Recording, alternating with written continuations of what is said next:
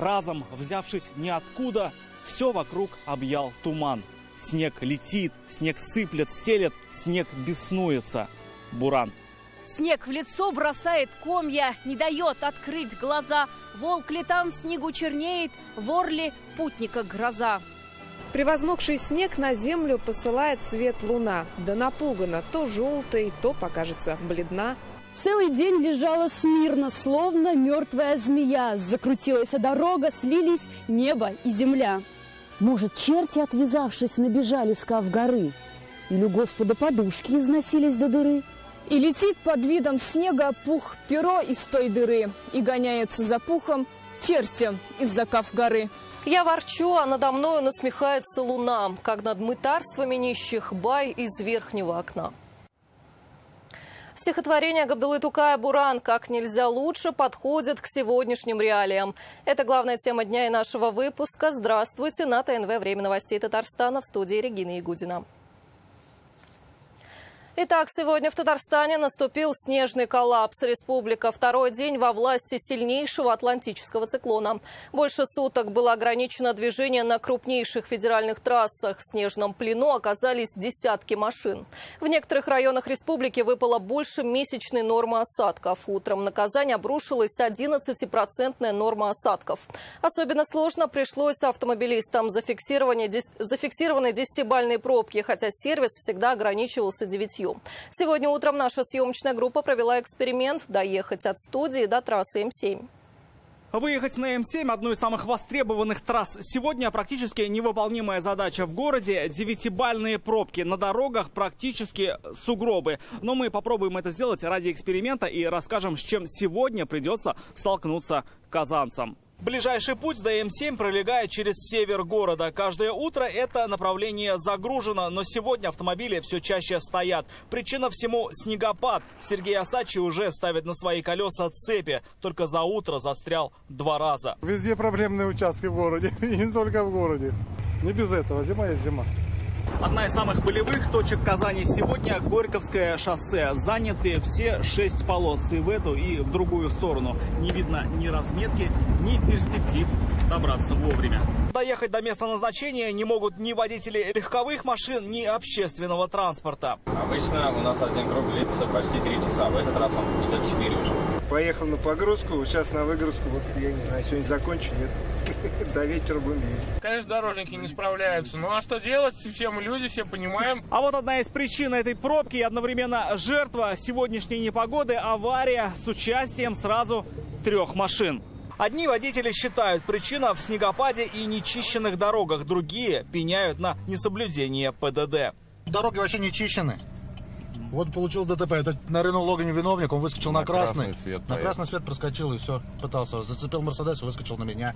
А это, что называется, глобальный коллапс. Трасса М7 в Зеленодольске, неподалеку от моста через Свиягу. Здесь во власти стихии оказались несколько сотен большегрузов. Пробка растянулась на десятки километров. Многие водители стоят уже сутки. Движение для фур перекрыли, когда ухудшились погодные условия. Вот со вчерашнего обеда стоим, не пустили. Было нормальное покрытие, можно было ехать, я не знаю почему. Зиму первый раз увидели, что ли. Мы всю жизнь едем, я 35 лет за рулем. И не боялся никогда. И на север бывал, ездил, а тут что, не пускают. Какое-то недоразумение. И пока у водителей заканчиваются еда и продукты, у кого-то, видимо, закончилось и терпение. Пока мы работали на месте, кто-то перекрыл свободный левый ряд. Следом поехали и другие. Спустя секунды движение полностью парализовало. Мы все стоим нормально, подвинулись, чтобы легковые проезжали с детьми. У них же нет запасов еды, нет бензина. А вот такие люди, которые куда-то торопятся, вот из-за них все это и начинается, движение, все вот эти пробки. Если бы была бы полоса свободная, приехала бы КДМ-ка, почистили, просыпали бы, поехали бы все. Одновременно с М7 встала и новая трасса М12. Если в первом случае не повезло дальнобойщикам, то здесь с 6 утра временно закрыто движение для всех видов транспорта. Как сегодня сообщили в Миндортрансе, к работе подключились республиканская МЧС и ГИБДД. И для очистки снега уже поставлена дополнительная техника. Рамиль Шайдуллин, Адельмин Дубаев, ТНВ, Казань, Зеленодольский район. Полностью закрыт Казанский международный аэропорт. Некоторые рейсы по несколько раз прилетали в Казань, но так и не смогли приземлиться. В столице на ближайшие 3 дня объявлен план «Буран», который позволит вывести на чистку максимальное количество техники. Дорожные службы работают в режиме нон-стоп. Сегодня в Доме правительства прошло заседание комиссии ПЧС. В готовность приведены больше 2000 единиц техники и 8000 человек по линии МЧС. Обстановка напряженная, все должны быть готовы, подчеркнул первый вице-премьер Рустам Нигматуллин. Штормовое предупреждение продолжает действовать. О последствиях бурана в репортаже Вероники Гайнудиновой. Такого сильнейшего бурана в Татарстане еще не было. Его не помнят метеорологи. Впервые с такими последствиями сталкиваются дорожные службы. За последние 2 суток в Казани выпало 17% осадков от месячной нормы. По республике эти цифры гораздо выше, до 78%. На востоке еще больше, до 180% от нормы.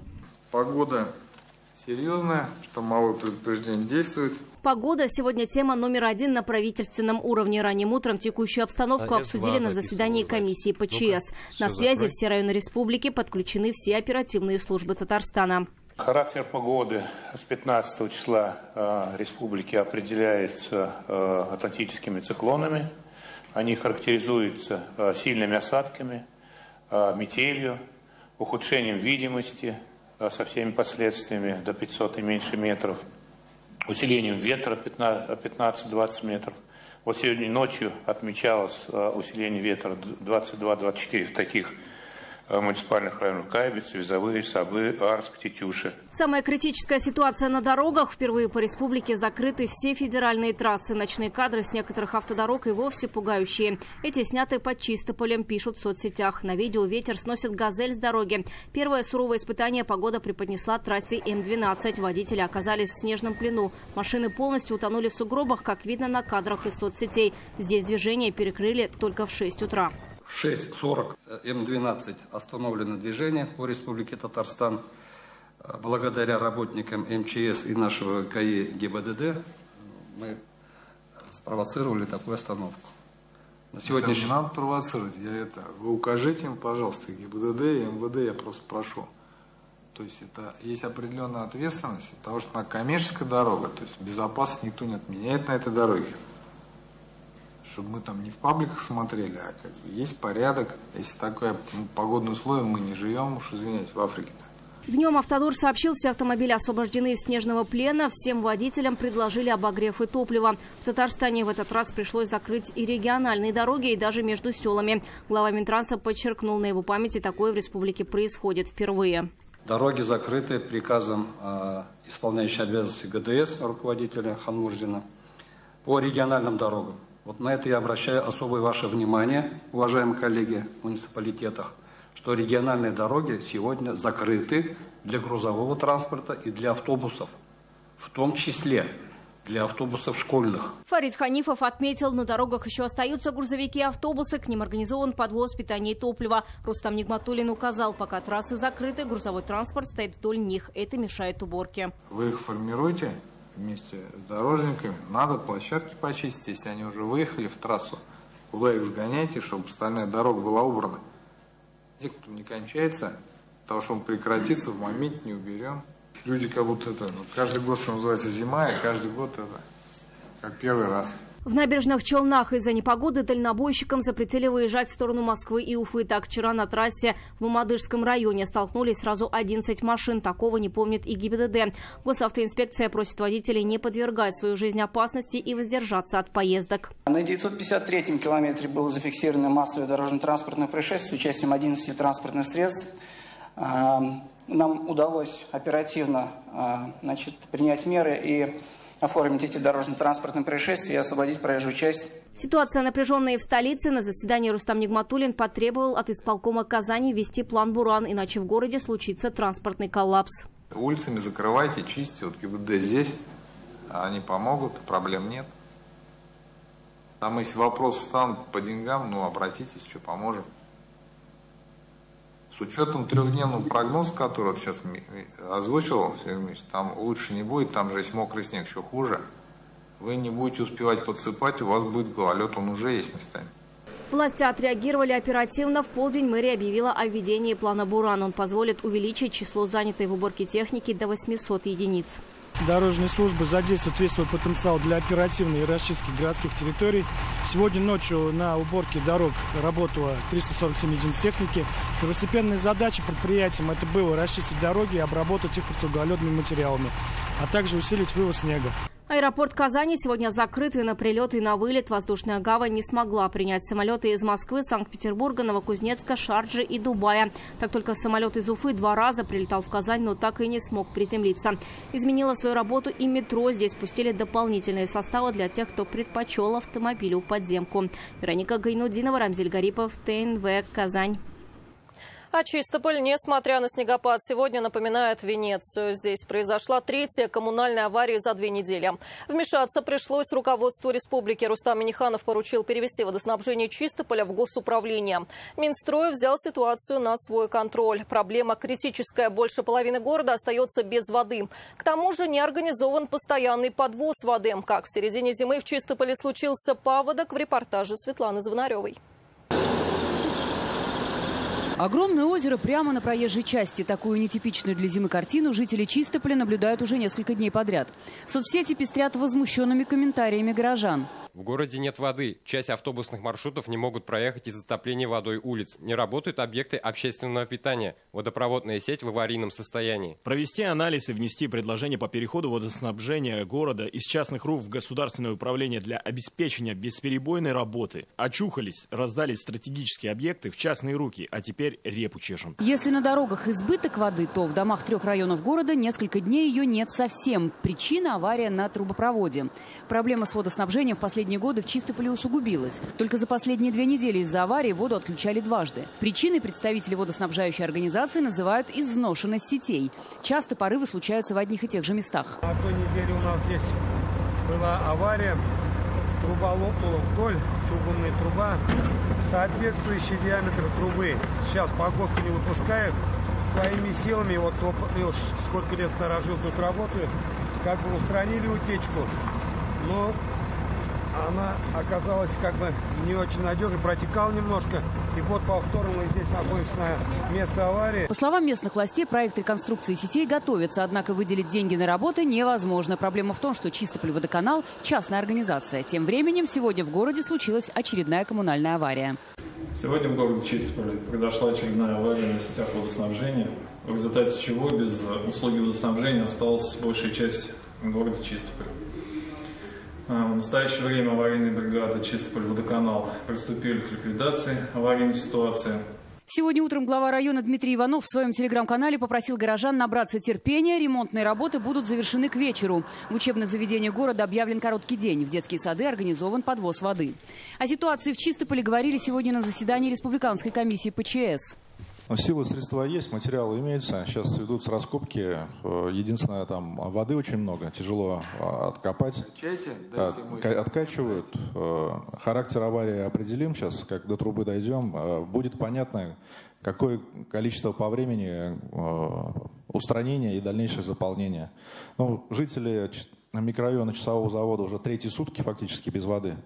Подвоз там организован. В связи со сложной ситуацией Рустам Минниханов поручил правительству и местным властям организовать доставку воды для жителей города и внести предложение по переходу сетей водоснабжения из частных рук в госуправление. Светлана Звонарева, Сергей Легасов, ТНВ, Чистополь. Умирать себе дороже. Почему в Казани может вырасти стоимость услуг на погребение? Разбирались корреспонденты интернет-газеты «Реальное время».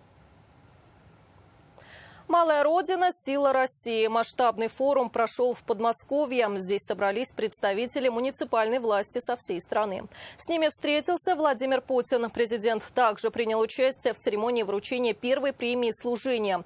И ее главная цель – повышение качества и престижа муниципальных служб, отметил Владимир Путин.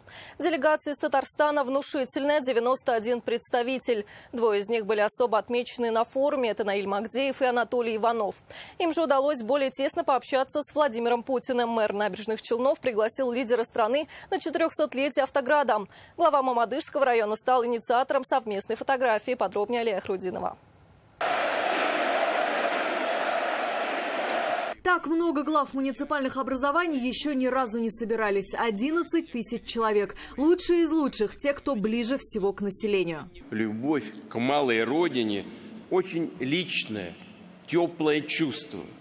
но одновременно оно обладает громадной созидательной силой, силой поистине общенационального значения.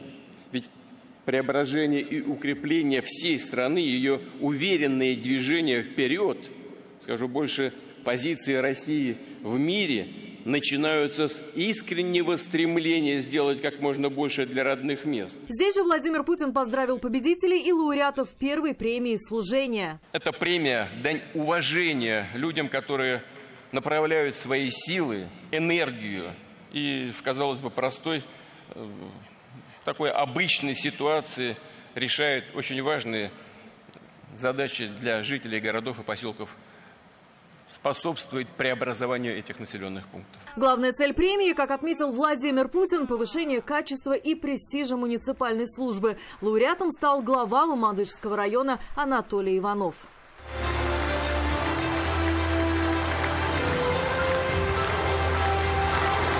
На протяжении 3 дней главы муниципалитетов общались на полях форума, показывали свои лучшие достижения на выставке «Россия». Ее уже посетили свыше 4 миллионов человек. Состоялась и отдельная встреча глав муниципалитетов с Владимиром Путиным. Речь шла о помощи Родине, о стойкости жителей новых регионов России. И каждому муниципалитету было что сказать. Мэр Набережных Челнов Наиль Магдеев тоже взял слово. Ну не могу, чтобы не рассказать про маленький, но очень гордый город, который в свое время стал моногородом и также в промышленном секторе экономики, как в секторе развития рванул. Это Набережные Челны, Татарстан. Наиль Магдеев строго уложился в регламент. За несколько минут он рассказал о работе по импортозамещению. Город по объему отгрузки вышел на 700 миллиардов рублей. Рост промышленного производства составил 115%. Доложил о решении социальных задач, в том числе и в зоне проведения СВО. Флагманом доклада стал КАМАЗ. По итогам года докладываю, что КАМАЗ выпустил более 42 тысяч грузовых автомобилей.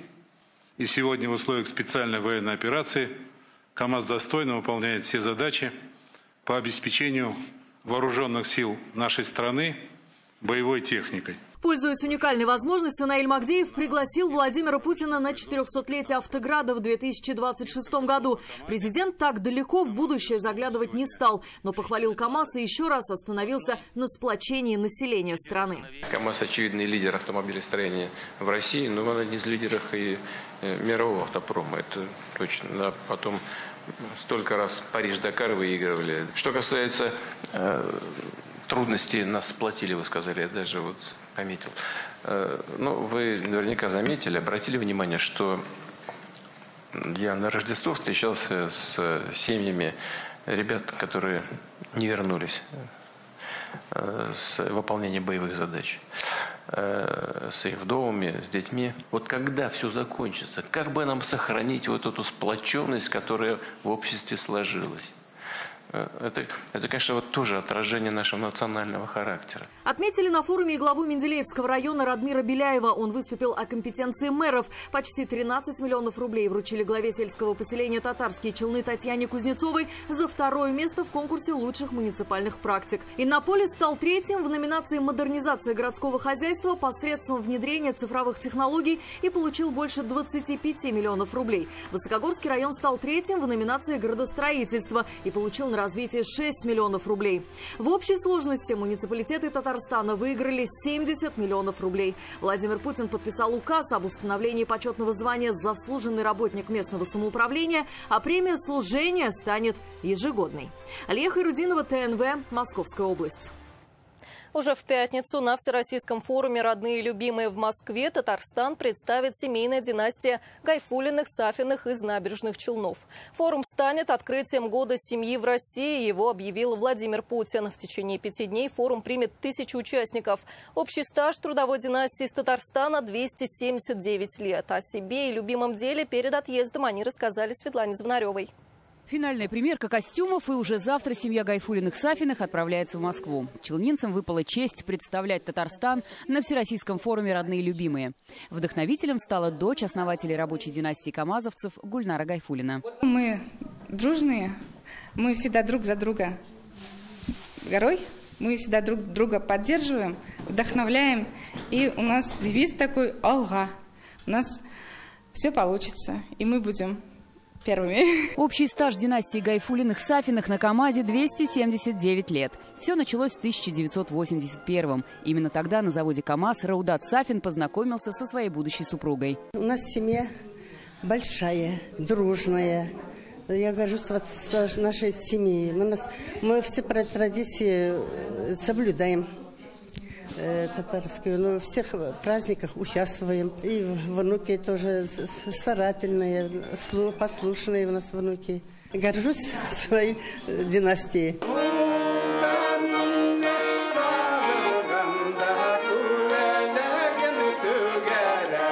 Дядя Гульнара Гайфуллиной увлекается игрой на гармонии. Ни один праздник не обходится без него. И практически каждый член этой большой и дружной семьи работает на автогиганте. Всю жизнь работала на пресс-равном заводе 40 лет.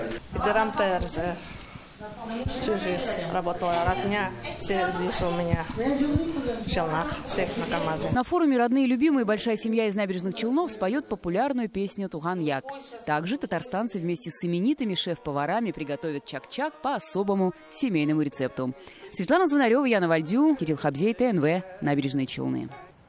В Татарстане примут все меры, чтобы исключить любые вмешательства в выборы. Рустам Минниханов сегодня встретился с доверенными лицами и членами инициативной группы регионального избирательного штаба кандидата на должность президента России Владимира Путина. В мероприятии принял участие Ментимир Шаймиев. Он объявил, что тоже принял решение стать доверенным лицом действующего президента и вести соответствующую работу. Рустам Минниханов отметил, до важнейшего политического события страны осталось ровно 2 месяца. Президент всегда опирается на многонациональный народ.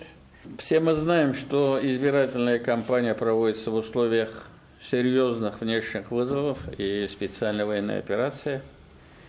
И, конечно же, огромные усилия прилагают наши оппоненты, западные страны, повлиять на ход выборов. Ну, я заверяю, что в нашей республике Татарстан будут приняты все меры, чтобы исключить вероятность дестабилизации обстановки и вмешательства в выборы. Как отметили участники встречи, избирательная система нашей страны обладает мощным запасом прочности, чтобы организовать и провести грядущие выборы именно так, как этого требует и ждет наш народ. Рустам Минниханов отметил, сейчас как никогда важно рассказывать о достижениях страны на конкретных примерах. Особенно отметить важность диалога с населением. Доверенные лица и члены инициативной группы подчеркнули вклад действующего главы государства. Лучшие кандидатуры, как,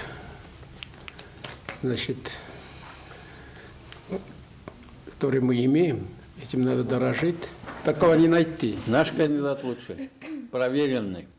Ну, да. Вся страна проверенный. Нет, да. На самом деле это же и на Западе же это признают. Что касается бойцов, они надеются на Владимира Владимировича. Владимир Владимирович – это эталон для них. Потому что это верховный, это, во-первых. Во-вторых, очень сильный лидер. Мы чувствуем заботу и поддержку главы нашего государства, вашу поддержку. Спасибо вам всем огромное. Для меня большая честь быть в составе команды, в составе инициативной группы от Республики Татарстан. И, конечно, для нас единый президент – это Владимир Владимирович Путин. Напомним, сейчас в Центре избиркоме России зарегистрированы 3 кандидатов. Николай Харитонов от КПРФ, Владислав Дованков от партии «Новые люди», Леонид Слуцкий от ЛДПР. В эти дни кандидаты на высший пост продолжают встречи с избирателями. Николай Харитонов в Хабаровском крае посетил мемориальный комплекс «Волочаевское сражение». Владислав Дованков вместе с волонтерами посетил подмосковный приют, где идет реабилитация хаски. Леонид Слуцкий посетил Астраханскую область, где побывал в Институте рыбного хозяйства и на крупнейшем в Южном федеральном округе судостроительном заводе «Лотос». Центр избирком республики запустил акцию, приуроченную к Году семьи в России. Она называется «Всей семьей на выборы». Ее цель – поддержать одну из устоявшихся традиций Татарстана – ходить на выборы вместе. Будут организованы конкурсы, встречи с избирателями, классные часы в школах. Акция пройдет во всех районах. Об этом рассказали на первом в этом году заседании ЦИК республики. Речь шла и о подготовке к предстоящим выборам президента России. Принято решение об организации в Татарстане 45 временных избирательных участков. 37 из них разместят в больницах, 2 в санаториях, 4 в следственных изоляторах, по одному в Казанском аэропорту и железнодорожном вокзале. Ровно через месяц в республике стартует проект «Информ УИК». Татарстанцам лично расскажут о проведении выборов. Информацию о голосовании разместят на баннерах и электронных табло в городах и районах. Рекордные просмотры в новогоднюю ночь на ТНВ. Стали известны декабрьские рейтинги нашего телеканала. Зрители больше всего смотрели мюзикл «Возвращайся, Дед Мороз». Большой интерес вызвал новый татароязычный сериал «На перекрестке 7 дорог», снятый при поддержке Татнефти и комиссии по родным языкам. Он показал настоящий рекорд, обогнав даже хоккейные трансляции. В топе зрительских просмотров информационная программа «Новости Татарстана». Новогодние поздравления Рустама Минниханова и Владимира Путина. Третий год подряд ТНВ в лидерах телепросмотров по республике по данным Тателекома. Это были новости Татарстана. Еще больше информации в нашей группе ВКонтакте и Телеграм-канале. Сейчас прогноз погоды с Наилем Дахате. До встречи в 21:30.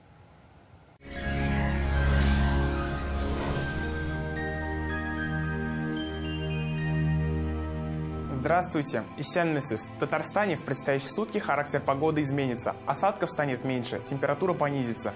Подробнее через пару секунд. Только до конца января скидка 20% на изготовление любой корпусной мебели от Данил Мастер. Не откладывайте на завтра свою мечту о новой кухне или шкафу КВ по вашим размерам. Узнайте подробности по телефону в Казани 2 167 166.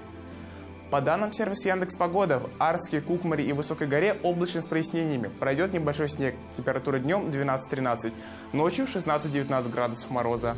В Апастово, Кайбицах и Камском устье температура 13-14 градусов днем и 13-16 ночью. Здесь тоже небольшой снег, в некоторых районах будет ясно. В Нурлатах, Аксубаево, Мамадыше тоже прогнозируют слабые осадки. Ожидается прояснение. Температура днем 11-13, ночью 18 градусов мороза.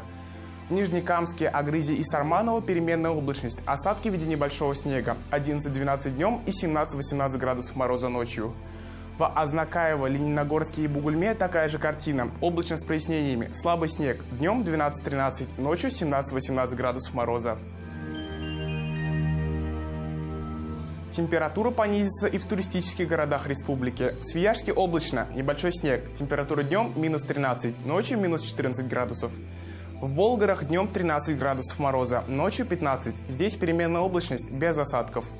В Елабуге слабый снег и пасмурно. Температура днем 11, ночью 17 градусов ниже 0. Санчи благотворно влияет на работу всего организма, дает энергию, улучшает кровообращение, укрепляет иммунитет, нормализует сон, способствует устранению головных болей и хронической усталости. Свойства санчи проверены веками. Недаром его называют сокровищем китайской медицины. Хорошая новость. Только 19 и 20 января 2024 года в аптеках Фармленд на санчи 20% скидка. Телефон для справок 8 927 236 71 75. Сайт sanchi.rf. В Казани также немного похолодает. Температура днем минус 12, ночью минус 15 градусов. Атмосферное давление 759 мм ртутного столба. Ветер стихнет, он будет дуть с юго-запада со скоростью чуть более 2 метров в секунду. Влажность 76%. Магнитное поле Земли спокойное. Пока это все. Я с вами прощаюсь. Берегите себя. До встречи.